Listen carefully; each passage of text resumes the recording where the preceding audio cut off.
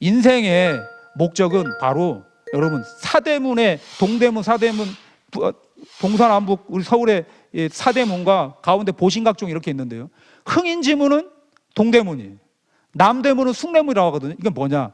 봄철에는 오냐오냐 하는 거거든요. 인해정신으로. 여름에는 뭡니까? 예를 배우는 거예요. 그러니까 어느 정도 오냐오냐 대하는 유아기를 지나면 학교를 보내서 예를 가르칩니다. 그런 예, 교화의 사명을 띠고 태어난 것이 바로 지금 우리가 몸담고 있는 기성 종교들이거든요. 근데 이제는 뭐냐? 그 교화의 사명이 끝나고 뭐냐? 우리가 생장 과정에서는 오냐오냐 하지 마라 이렇게 기회를 주지만 가을은 뭐냐? 시비를 가리는, 옳고 그름을 가리는 바로 정의의 시간대를 맞이하게 된다. 그 바로 모든 인류 역사의 정의가 실현되는 봄의 천존, 여름의 지존이라는 것은 뭐냐? 천지 아버지와 어머니 품속에서 생장을 해서 가을이 될 때는 인간이 진정한 가장이 돼서 인존이 되는 그 시대의 꼴이라는 것이 인생의 목적이었다. 자, 근데 이 우주일련 진리에서 이제 마지막 하이라이트로 가는데요. 왜 이번에 병이 오냐? 왜 우리의 삶이 이렇게 선천의 삶이 5만 년의 삶이 이렇게 고통스럽고 고독하고 이런 고난과 이 역경 만첩의 삶은 눈물의 삶을 살게 되냐? 여러분, 이 어항이 어느 날 속에 있는 군붕어가 죽었어요. 근데 그 군붕어 일거장을 보니까 아주 규칙적으로 생활을 했어요. 근데 군붕어 어느 날 죽은 거예요. 군붕어는 저걸 죽을 마음이 없었어요. 왜 죽었을까요? 주인이 어항물을 가는 거를 깜빡을 했어요. 어항이라고 하는 군붕어의 우주가 죽었다 이거예요. 썩었다 이거죠. 천지가 병든 거예요. 그래서 지금까지의 모든 깨달음은 뭐냐? 모든 인간의 문제를 인간에게 책임을 돌렸습니다. 근데 이 증산도 참동하게 진리는 뭐냐? 인간의 문제는 인간에게만 있는 것이 아니다. 여름이 되면 갑자기 땀이 나요. 왜요? 여름이니까. 겨울이니까 이렇게 옷깃을 여미게 돼요. 왜요? 겨울이니까 추워서. 우주의 이 환경, 생존 환경 속에서 인간의 모든 비극이 오게 된다. 아, 인간만의 문제가 아니구나. 인간만의 문제가 아니구나. 바로 이 우리가 살아가고 있는 환경이 지금 어떻게 돼 있냐? 타원형 공전을 하거든요. 그럼 왜 그러냐? 지축이 이렇게 23.5도로 이렇게 기울어져 있다. 바로 이 지축이 23.5도 동북방으로 기울어진 이 문제에서 이 한 획의 영향으로 모두 우리들 안에 모든 비극의 삶이 출현하게 된 거거든요. 하지만 그걸 왜 출현했냐? 생장을 위한 필요극이었다 이거죠. 자, 그래서 이 선천은 서로 이기려고 하는 상극의 이 시나리오가 지배하는 상극의 이치가 5만 년 이 역사를 지배하게 되는데요. 그럼 상극이 왜 등장하냐? 바로 이 모습 자체가 바로 한쪽으로 기울어져 있어요. 부조화된 모습이에요. 우리가 살고 있는 집이 기울어져 있는데 어떻게 그 속에서 인간의 마음이 본심을 지키고 살 수 있겠습니까? 그리고 또 한 가지는 뭐냐? 중심이 어느 방향으로 기울어지냐? 바로 동북방의 양의 방향으로 기울어져 있습니다. 양이라고 하는 것은 이렇게 뛰쳐나가는 거거든요. 이렇게 우리가 이런 일정 공간이 있는데 여기서 모든 사람이 앞으로 다 뛰쳐나가 보십시오. 어떻게 될까요? 다 부딪히게 돼 있어요. 그런 힘센 사람, 힘 약한 사람은 이렇게 물리치고 튕겨나가게 하고 그런 이 전쟁의 양상으로 드러나게 되는데요. 이 봄, 여름은 뿌리에서 모든 생명이 역으로 이렇게 근본에서 멀어지는 과정이거든요. 그렇기 때문에 뭐냐? 모든 인간이 그 영향을 받아서 다 근본을 잃어버리게 됩니다. 근본을 잃어버린 인간의 삶이라는 것이 뭐냐? 아까처럼 천지를 함부로 파괴해서 자기 스스로 자살하는 그런 형국을 만들게 되거든요.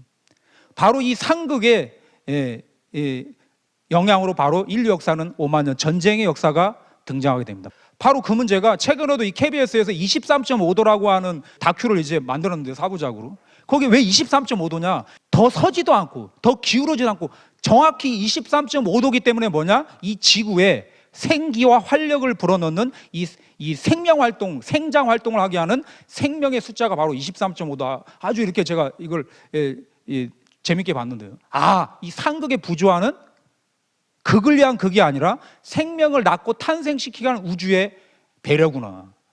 여러분, 자연 속에서 보면 나무가 거목이 되는 이유는요, 큰 바람을 맞아가지고 뿌리가 흔들리지 않게 해서 깊이 뿌리를 내리려고 하는 그 상극의 투쟁 속에서 거목이 되고요. 꽃샘 바람은 꽃을 시샘하는 바람이 아니라 봄바람을 통해서 그 뿌리를 일깨워가지고 뭐냐? 뿌리에서 생명력을 솟구치게 하는 꽃을 세우는 꽃세운 바람이다. 우리가 이 유명한 장석주 시인의 이 대추 하나를 알지 않습니까? 저게 그냥 붉어진 줄 아냐. 이번에 가을에 탄생하는 그 열매 인간, 열매의 문명이 그냥 탄생하는 것이 아니라 수많은 이런 눈물과 전쟁과 피 맺힌 그런 비극 속에서 그걸 뚫고 이겨내고 이번에 저 태풍, 천둥 이거를 다 이겨내면서 열매가 나오게 된다. 저 진주는 조개 속에 모래가 들어와요. 그럼 조개가 아파하거든요. 그래서 그 생명의 즙을 분비를 합니다. 그러면서 그 모래를 이렇게 쌓아요.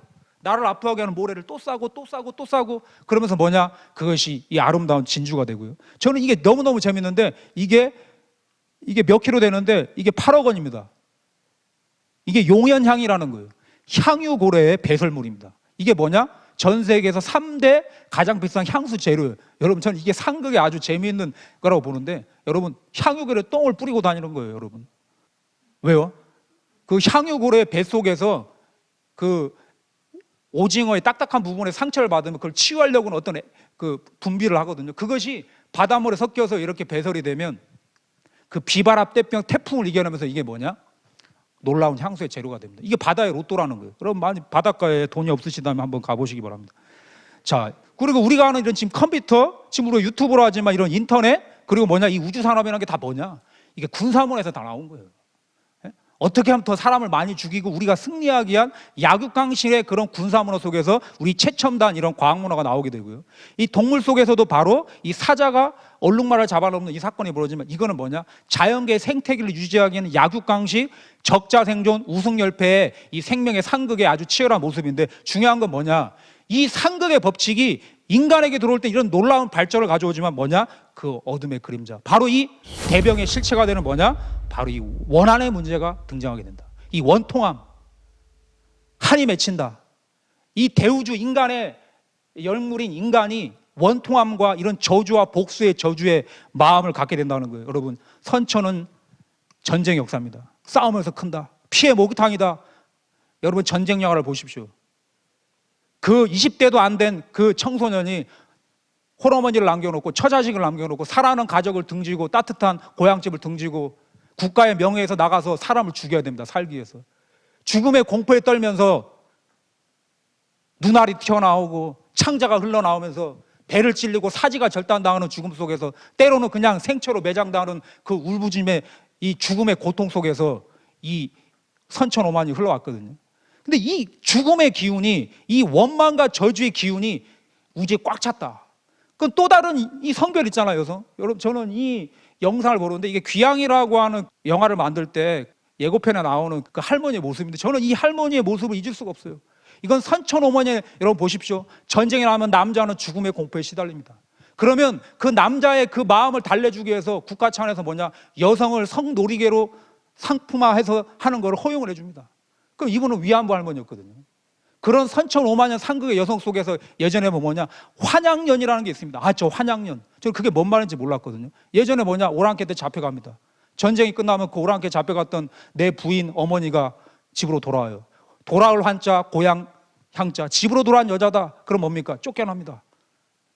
집안의 수치다. 그럼 친정으로 돌아갑니다. 집안의 수치다. 그래서 수억 주의 그런 수많은 여성들이 정처 없이 저 들판에서 산에서 누가 묻어주지도 않고 그냥 들판에 이렇게 묻혀 있거든요.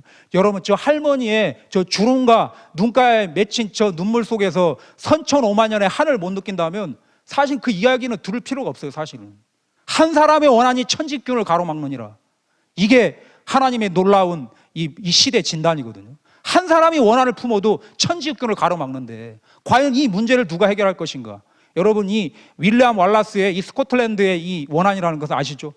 스코틀랜드 신랑 신부가 결혼을 합니다. 결혼식이 딱 끝나면 잉글랜드 영주가 그 신부를 데리고 갑니다. 그리고 첫날 밤을 자기가 지냅니다. 그리고 언제 돌려보내냐? 임신을 하면 돌려를 보냅니다.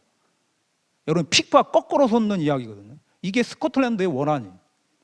이 영화의 마지막에 보면 굴복을 하라 할 때, 자비를 외치라고 할 때 여러분 다 아시지만 이분이 자유를 외칩니다. 이 선천오만년의 원한을 풀어다오. 그는 원한을 풀어주는 진리와 출현해다오. 그렇게 외치고 외친 것이 이 수억자의 영혼들의 절규거든요.